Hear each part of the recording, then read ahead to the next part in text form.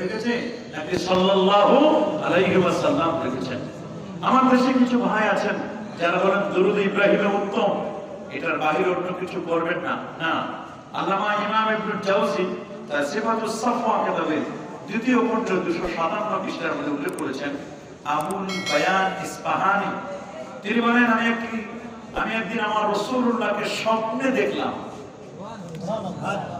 বলেন রাসূলুল্লাহকে স্বপ্নে দেখা যায় কি যায় না? মুজাদ্দিদে জামানের এবং বহু খলিফা ছিলেন স্টেজে এবং প্যান্ডেলের ভিতরে নবীর নাম বললে সাথে সাথে রাসূলকে দেখতে পেতেন। সুবহানাল্লাহ। সুফি ফাতিহ আলী ওয়াইসি রাহমাতুল্লাহ আলাইহি যিনি রাসূল নামা ছিলেন, মাশরিকে হুব্বে মুহাম্মদ মাতলায়ে দিওয়ানে মা মাতলায়ে খুরশিদ ইশকাশ সিনায়ে সুজানে মা, যিনি এত বড় আশিক রাসূল ছিলেন, চক্ষু বন্ধ করে রাসূলুল্লাহর সাথে তার সম্পর্ক তৈরি হয়েছে। সুবহানাল্লাহ। মুজাদ্দিদে জামানের খলিফা বলেছিলেন এরকম, ওরা চক্ষু বন্ধ করলে অনেক কিছু দেখতে পেত। এখন তো শুধু মার্কায় খলিফা, নামে খলিফা, অরিজিনাল খলিফা পাওয়া যায় না। কথা বলেন, নামে খলিফা, দরবারের শান শৌকত, মরিচবাতি, টাইলসের বাহার এগুলো অনেক আছে, কিন্তু আমলের ব্যাপারে ঠনঠন, আমলের কোনো খবর নাই, তরিকা মশকের ব্যাপারে কোনো খবর নাই। নামে খলিফা। এখন তো যারা কাপড় সেলাই করে তাকেও খলিফা বলে, দর্জি খলিফা হয়ে গেছে। ওই খলিফা আর পীরের খলিফা এক নয়। কি বলেন এক? আর যারা বলেন এক, কখনো এক নয়। আবুল বায়ান ইসফাহানি বলেন, আমি স্বপ্নে দেখলাম। রাসূলুল্লাহকে স্বপ্নে দেখা যায় না? সহিহুল বুখারী কিতাবুত তাবির আমার রাসূল বলেন, মান রাআনি ফিল মানামি ফাকাদ রাআনি হাক্কা লিআন্না আশ-শাইতানা লা ইয়াতামাসসালু বি, যে আমাকে স্বপ্নে দেখলো ওই লোকটি সত্যি সত্যি আমি নবীকেই স্বপ্নে দেখেছি। কারণ শয়তান সবার আকৃতি নিতে পারে, দুটো জিনিসের আকৃতি নিতে পারে না।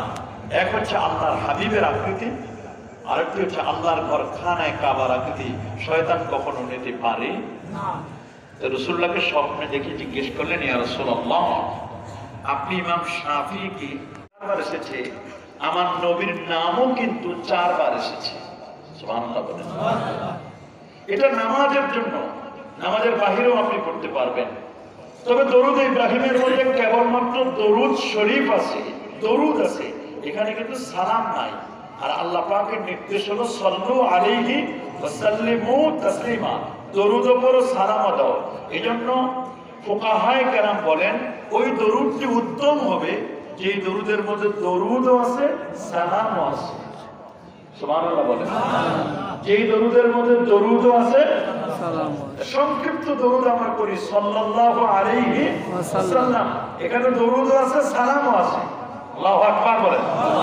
এজন্য ইমাম বুখারী রাহমাতুল্লাহ আলাইহি আবু আব্দুল্লাহ মুহাম্মদ ইবনে ইসমাঈল ইবনে ইব্রাহিম ইবনে মুগীরা আল-বারদিসবা আল-জুফি আল-ইয়ামানি আল-বুখারী রাহিমাহুল বারী, যিনি 6 লক্ষ হাদিসের হাফেজ ছিলেন।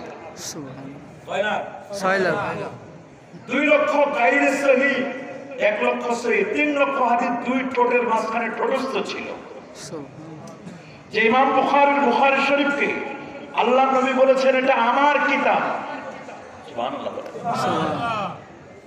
কার কিতাব? ইমাম মুজানিকে বললেন, তুমি আর কতকাল ইমাম শাফিঈর কিতাবুল পড়বে? আল্লামা ইমাম মুজানি রাহমাতুল্লাহ আলাইহি তিনি বলেন, আমি মাকাম ইব্রাহিম এবং জমজম কূপের মাঝখানে শোয়া, ঘুম এসে গেল। আল্লাহ নবী আমাকে বললেন, এই তুমি আর কতকাল ইমাম শাফিঈর কিতাব পড়বে? তুমি কি আমি রাসূলুল্লাহর কিতাবটা একটু পড়তে পারো না? সুবহানাল্লাহ বলেন। উনি স্বপ্নে বললেন, হুজুর আপনার আবার কোন কিতাব আছে নাকি? আপনার কোন কিতাব আছে? বলে, হ্যাঁ আমার কিতাব তো মুহাম্মদ ইবনে ইসমাঈল বুখারীর লেখা বুখারী শরীফ সহিহুল বুখারী, এটা আমার কিতাব। আল্লাহু আকবার বলেন। সেই ইমাম বুখারী বুখারী শরীফের মধ্যে হাদাসানা লিখতে গিয়ে শুধু নুন আলিফ লিখেছেন, আখবারানা লিখতে গিয়ে আনা লিখেছেন, তাহবিলের সনদ লিখতে গিয়ে শুধু হা লিখেছেন। আর আল্লাহ নবীর প্রতি দরুদ শরীফ লিখতে গিয়ে 60,009 বার 7,009টি জায়গায় একবারও তিনি সংক্ষেপে দরুদ লেখেন নাই, প্রত্যেকটি জায়গায় সাল্লাল্লাহু আলাইহি ওয়াসাল্লাম এইভাবে তিনি দরুদ লিখেছেন। আল্লাহু আকবার। তার কিতাবটি কেন মাকবুল হবে না? কোরআন মাজিদ যেমন 30 পারা, সহিহুল বুখারীও 30 পারা। আসাহুল কুতুব বাদা কিতাবিল্লাহ তাহতা আযিমিস সামা আস-সহিহু লিল বুখারী। কোন আসমানের নিচে জমিনের পরে কোনো বিশুদ্ধ গ্রন্থ থাকলে সেই গ্রন্থটির নাম হলো সহিহুল বুখারী। তিনি বলেছেন, আমি একটি হাদিস লিখবার আগে মা সুন্নাতু হাদিসান ইল্লা তাসালতু, একটি হাদিস লিখবার আগে আমি গোসল করেছি। হাদিসটি লিখবার আগে গোসল করেছি। হাদিসটি লিখবার আগে আমি সুন্দর করে উযু করে ফ্রেশ হয়ে গোসল করে পূর্ণ প্রস্তুতি নিয়েছি। সুম্মা ইস্তাখারতু, এরপর ইস্তিখারা করেছি, 2 রাকাত নামাজ পড়েছি। সুম্মা শারিবতু মা যামযাম, এরপর জমজমের পানি পান করেছি। সুম্মা তায়াক্কালতু বিসিহহাতিহি, নবী রওজার সামনে গিয়ে রাসূলুল্লাহকে জিজ্ঞেস করেছি, ইয়া রাসূলুল্লাহ, এই হাদিসটি কি আপনার? নবী যদি উত্তর দিয়েছেন, ওখান থেকে ইন্ডিকেট ইশারা পেয়েছে, হ্যাঁ এটা আমার হাদিস, লেখো। তারপর আমি আমার কিতাবের মধ্যে হাদিসটি লিখেছি। কেন এই কিতাবটি মজবুত হবে না? চিনিও না। হক্কানি কি? হক্কানি হলো যার মধ্যে ইলমে শরিয়াত আছে এবং ইলমে মারিফত, এই দুটো সফটওয়্যার, দুটো সিম যার হৃদয়ে ইনস্টল করা আছে, ওই ব্যক্তি হলো হক্কানি। আল্লাহু আকবার বলেন। আগে শরিয়াত, দেন হচ্ছে মারিফত। বলেন আগে কি? শরিয়াত। সবাই বলেন শরিয়াত। আগে কি? শরিয়াত। তারপরে মারিফত। মারিফত। শরিয়াত মানে রাস্তা।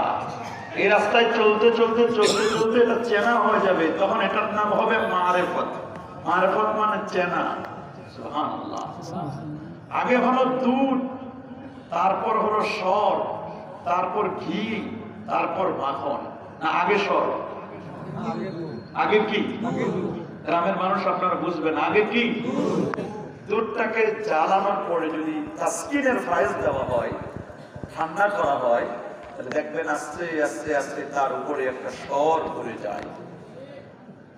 মানুষের অন্তরকে জ্বালাতে হবে লোভ, লালসা, কাম, ক্রোধ, হিংসা, ফাসাদ, রিয়া, অহংকার, অজব, গজব, কেবের, ফখর, আনানিয়া, এগুলোকে জ্বালিয়ে পুড়িয়ে এরপর যখন আপনি একেবারে মাটি হয়ে যাবেন, তখন মাটি উর্বর হলে ওইখানে তখন ফসল হবে।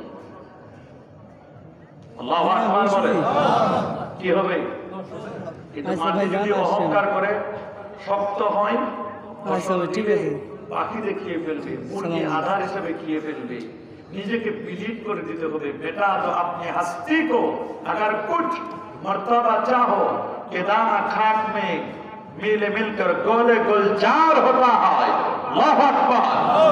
নিজের আমিত্বকে মিটিয়ে দিতে হবে।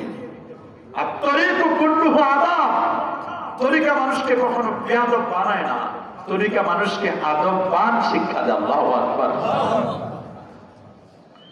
দুধ জ্বালানোর পরে রেখে দিলে সর হয়, সর থেকে ঘি হয়, জ্বালানোর পরে মাখন হয়, ছানা হয়, মিষ্টি তৈরি হয়।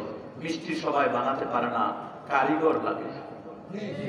সবাই পীর হতে পারে না, পীর হওয়ার জন্য তরিকা মস্ক করতে হয়। 10 লতিফা এগুলো জানতে হয়, লতিফার ইসলামগুলো। তরিকা মস্ক না করলে পীর হওয়া যায় না। যায় নাকি বাবা? যায়। আগে দুধ না আগে সর? আগে দুধ, আগে শরিয়ত, তারপর মারিফত। দুধ ছাড়া যেমন সর হয় না, ঘি হয় না, মাখন হয় না, ইলমে শরিয়ত ছাড়া তেমন ইলমে মারিফত এটি কখনো অর্জিত হয় না। ইমাম মালিক রাহমাতুল্লাহ আলাইহি বলেন, যখন কোন ব্যক্তি নবীজির নাম মোবারক শুনবে, নাম শোনার পরে প্রথমবার তার উপর দরুদ শরীফ পড়া ফরজ। প্রথমবার কি? এরপরে যতবার শুনবে ততবার হলো ওয়াজিব। বলেন ততবার কি? বাকি 3 ইমাম হানাফি, শাফি, হাম্বলি, 3 ইমাম বলেন প্রথমবার শোনা হলো ওয়াজিব। এরপর যতবার শুনবে ততবার শোনা করে দরুদ শরীফ পড়া হলো মুস্তাহাব।